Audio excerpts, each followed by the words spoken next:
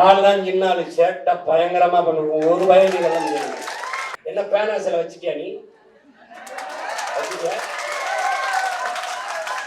இந்த பரந்தூர்ல ஏர்போர்ட் கட்டிட்டா நீ கட்டிடுவேன். இவன் வச்சிருக்க சொத்தையெல்லாம் எண்ணி முடிக்கிறதுக்குள்ள செத்து போயிடுவேன். அவன் சாகும்போது 110 ரூபா வச்சிருக்க. பெத்ததாய இன்னைக்கு கேவலம் பேசுறேன். பெத்ததாயை கூட்டிட்டு வந்து ஏன் வைக்கவில்லை? ஆத்தா இருந்துச்சுன்னா ஆத்தா நம்ம கூட இருந்தா அதை பார்க்க சொந்தக்காரன் 4 பேர் வருவான். இங்க அரசு போன் இருக்கு. இந்த டெலிபோன்ல 4 பேர் போனை பண்ணி பில்ல கூட்டிட்டு போயிடுவான். பாரு, உலகத்துல இப்படி ஏதாவது பார்த்ததுண்டா நீ? சொந்த தங்கச்சி மகன் அக்கா மகன் ஜவஹர் ஒரு கொலை குற்றத்துல குற்றஞ்சாட்டு வருது. அவர் குற்றவாளியா இல்லையான்னு தெரியாது. ஆனா வருது, ஆத்தாவுக்கு கொல்லி போட்டுக்கிட்டு இருக்காப்ல. ஜவஹர் மேல ஒரு குற்றச்சாட்டு வருது. அது உண்மையா இல்லையான்னு தெரியல. பக்கத்துல கக்கன் நிக்கிறாப்ல. கக்கன் ஜவஹரை கைது பண்ணிட்டீங்களான்னு கேட்கிறாப்ல கொல்லி வச்சுக்கிட்டு. ஐயா அக்கா பையன் விட்டுருவீங்களா கக்கன் கேட்கிறாப்ல. இன்னைக்கெல்லாம் பாரு, இங்க கொள்ளை அடிச்சு இங்க வந்து பண்ற அக்கிரமத்தை ஏதாவது இருக்கா பாரு.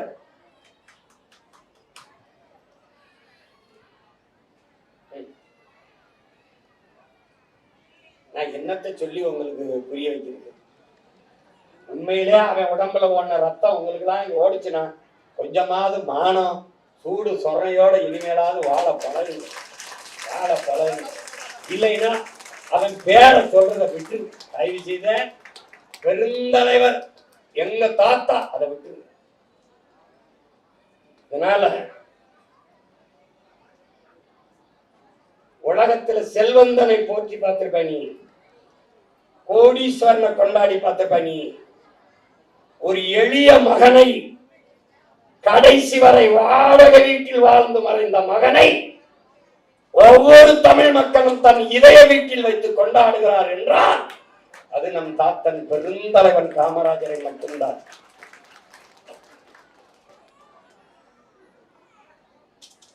அப்படிலாம் உலகத்துல ஒரு தலைவனை நீ பார்க்க முடியாது, வாய்ப்பு கிடையாது. அதனாலதான் நம் தாத்தா பெருந்தலைவன், அவனை நாம் போற்றுக் கொண்டிருக்கிறோம்.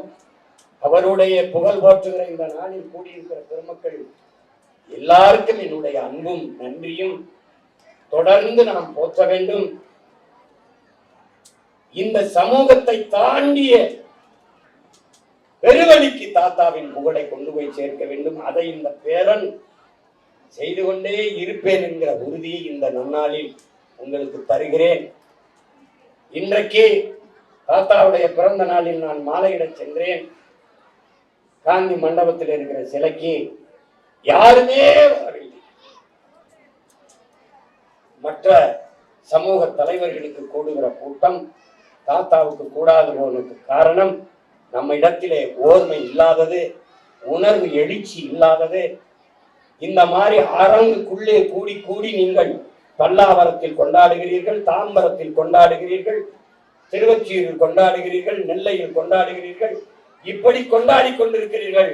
பொது வெளியில் வந்து பெரும்புகளை தாத்தன் காமராஜரின் பெரும்புகளை போற்றுகிற நாளை நாம் உருவாக்க வேண்டும்.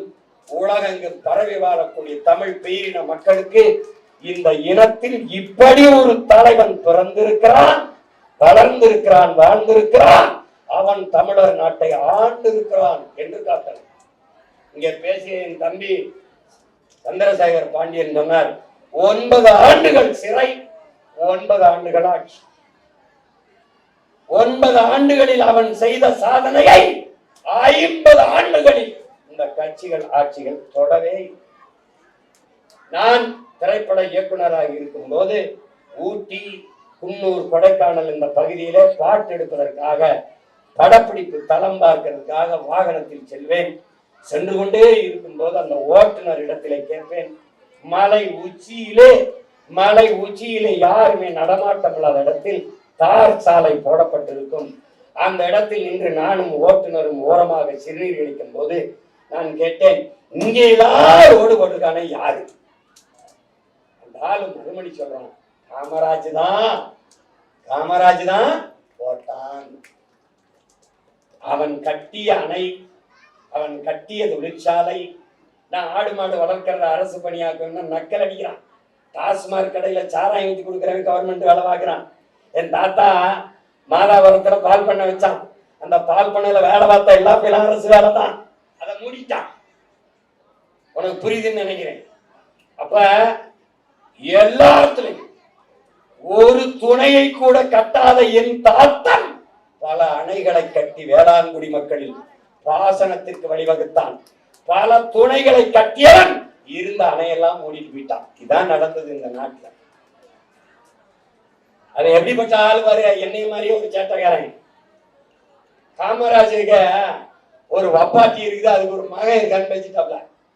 ஒருத்தன் பேசிவிட்டான். தாத்தாட்ட வந்து பத்திரிகையாளர்லாம் உங்களுக்கு ஒரு வப்பாட்டி இருக்காம அதுக்கு ஒரு மகன் இருக்கா, நம்மள யார் சொல்லுது? ஒருத்தர் பேசுற இருக்கலாம், அவரா கூட என் மகனா இருக்கலாம் போயிட்டாப்ல. அதுக்கப்புறம் அவன் பேசுவான். அதான் அவனை போய் படிக்காதவன்ற ஒரே பதில் முடிச்சு கதை சொல்ல முடியாது, தெரியாது. அவன் கூட என் மகனா இருக்கலாம் போயிட்டான்.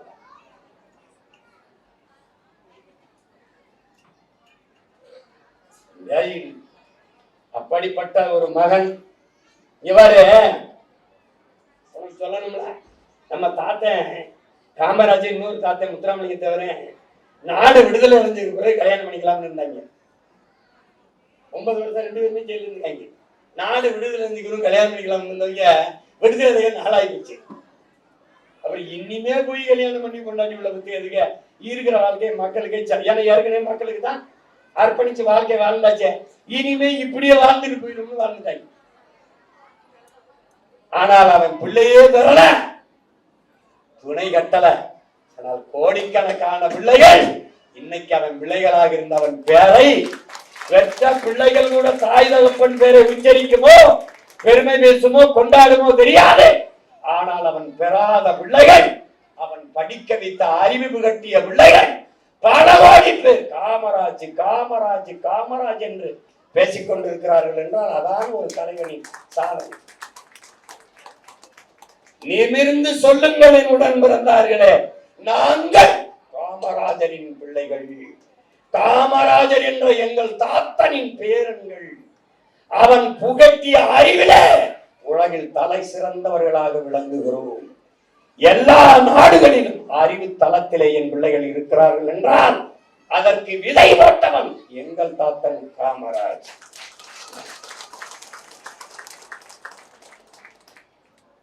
எழுத்தறிவித்தவன் இறைவன். இதான் தமிழுடைய வேதம். எழுத்தறிவித்தவன் இறைவன் என்றால் எழுத்தறிவித்த எங்கள் இறைவன் எங்கள் தாத்தன் காமராஜ் காமராஜ் காமராஜர் என்பதை பெருமையோடும் திமிரோடும் தமிழ் இளம் தம்பி தங்கைகள் சொல்லும். அவன் சாதி தலைவன் அல்ல, சாதித்த தலைவன்.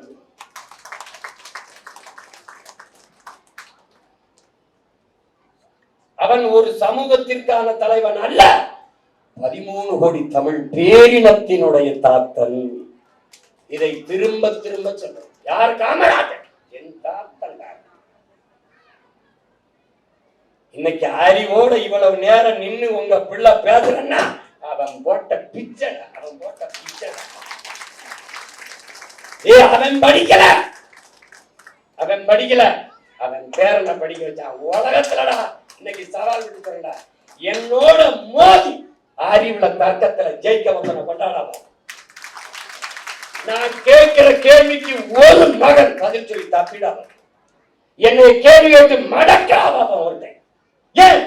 என் தாத்த ரத்தம்டா, அவன் கூட்டின அறிவிடா, அவன் ஊட்டின அறிவிடா. ஒரு வரை ஜெயிக்க முடியாது. பத்திரிகையாளர்கள ஊடகவியலாளர் அண்ணன் நிறுத்திக்கணும்னே, போதும்னே. வேற ஏதாவது கேள்வி இருக்கப்பா? தங்கச்சி தம்பி இல்லண்ணே போதும்னே, முடிச்சுக்கணும்னே. ஏன்? காது வழிய வலியுதுடா. யாரு? இவன் கொடுத்ததுடா, கொடுத்தது. என்னடா அவன் வேட்டி சட்டை அவ்வளவுதான். அவருக்கு சரியா வந்து நமக்கு சரியா விடாரு. 20 நிமிஷத்துக்கு மேல வேட்டி நிக்க மாட்டேது. அதுக்கு பல்ட்ட கட்டிக்காமையா விடியா என்ன என் போக்குல விடியா இல்லைண்ணே. நீங்க வேட்டி கட்டினோம்னா என்ன சரியா இருக்குன்னா இந்த நாட்டுல எல்லாம் கரை வேட்டியே கட்டுறது இல்லை. நாங்க எங்க கட்சியில பத்திலாம் வேட்டி சட்டையிலோட கரை இருக்க கூடாதுன்னு நினைக்கிறீங்க. நாங்க கட்டுறதில்லை.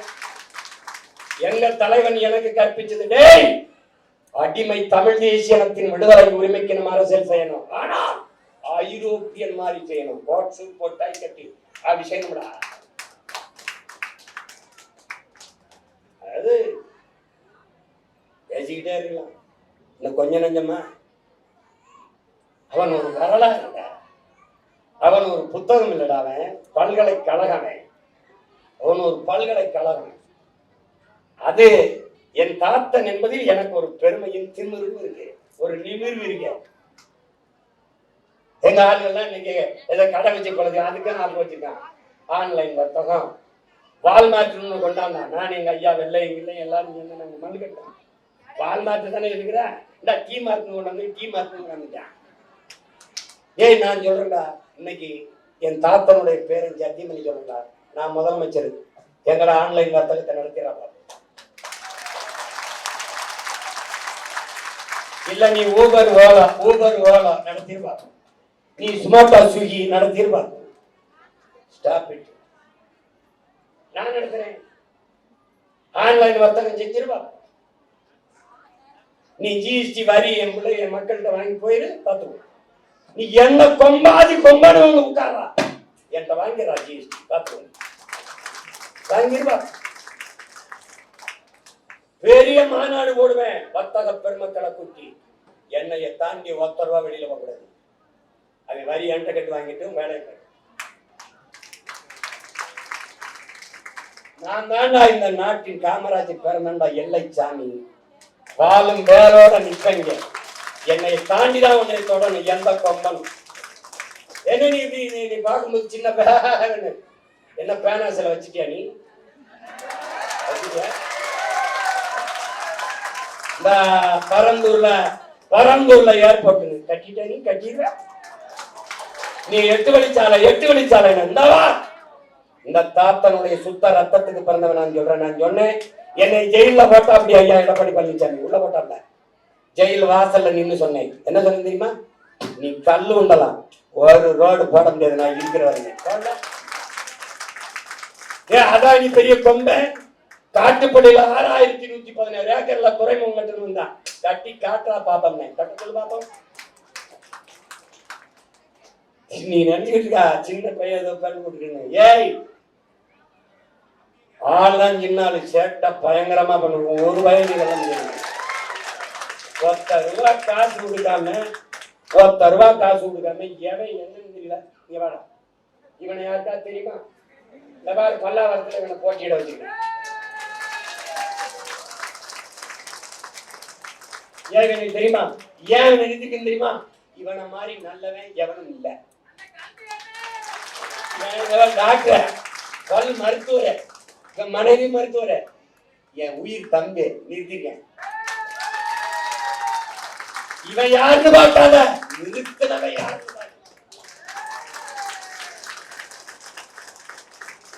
அதான் முக்கியம். நாங்க வெல்வது நாங்கல்ல, நீங்க வெல்லுங்க. உங்க மடியில உங்களுக்காக இல்ல, உங்க மடியில உங்க பக்கத்துல உட்கார்ந்து இருக்க பிள்ளைக்கு நான் வேலை செய்யறேன். என் தாத்தன் சொன்னால, நான் படிக்கல, என் பிள்ளைய படித்தாவது வந்து நாட்டை காப்பாத்தும்னு. நாங்க அப்படிதான் நினைக்கிறோம், எங்க பிள்ளைகள் வந்தாவது இந்த நாட்டை காப்பாற்றட்டும்னு. அப்படி இருக்கும்போது அடையாளம் தெரியாத இந்த பிள்ளைகள் இவனை மத்திய தொகுதியில் நிறுத்திருந்தேன். 36,50,000 ஓட்டு போட்டு 3வது உரிய கட்சியாக்கி அங்கீகரிக்கப்பட்ட ஒரு கட்சியா இந்த நாடு மக்களுமே ஆகியிருக்காங்கன்னா, எல்லா தமிழனும் மானம் இன உணர்வும் கொண்ட தமிழன் செத்து போகலைன்னு காட்டுறான். இன்னும் காமராஜரின் சுத்த வாரிசுகள் உயிரோடு இருக்கான்னு காட்டுறான். எப்படி காட்டுறான்? சீமா என்ன ராகுல் காந்தியா மோடியா அதான் போட்டி, இதுல சீமானுக்கு போட்டு என்ன ஆக போகுதுன்னு என் பிள்ளைக்கு போடணும். அவன் கத்துறான், நமக்காக கத்துறான், ரத்தத்தை வேர்வையா சிந்துறான், தொண்டை கத்துறான். அவனுக்கு போடணும் போட்டுக்காங்கடா. அவன் முறாய் ஆத்தால போய் 36 லட்சம் பேர் போட்டவன் 26ல இன்னும் ஒரு 36 லட்சம் பேர் போட மாட்டானா? போட்டானா என்ன ஆகும்? நாடு எனதாகும். காமராஜர் என்ற பெருந்தலைவனின் நல்லாட்சி மறுபடி இந்த மண்ணிலே மலர். வென்று போவேன்.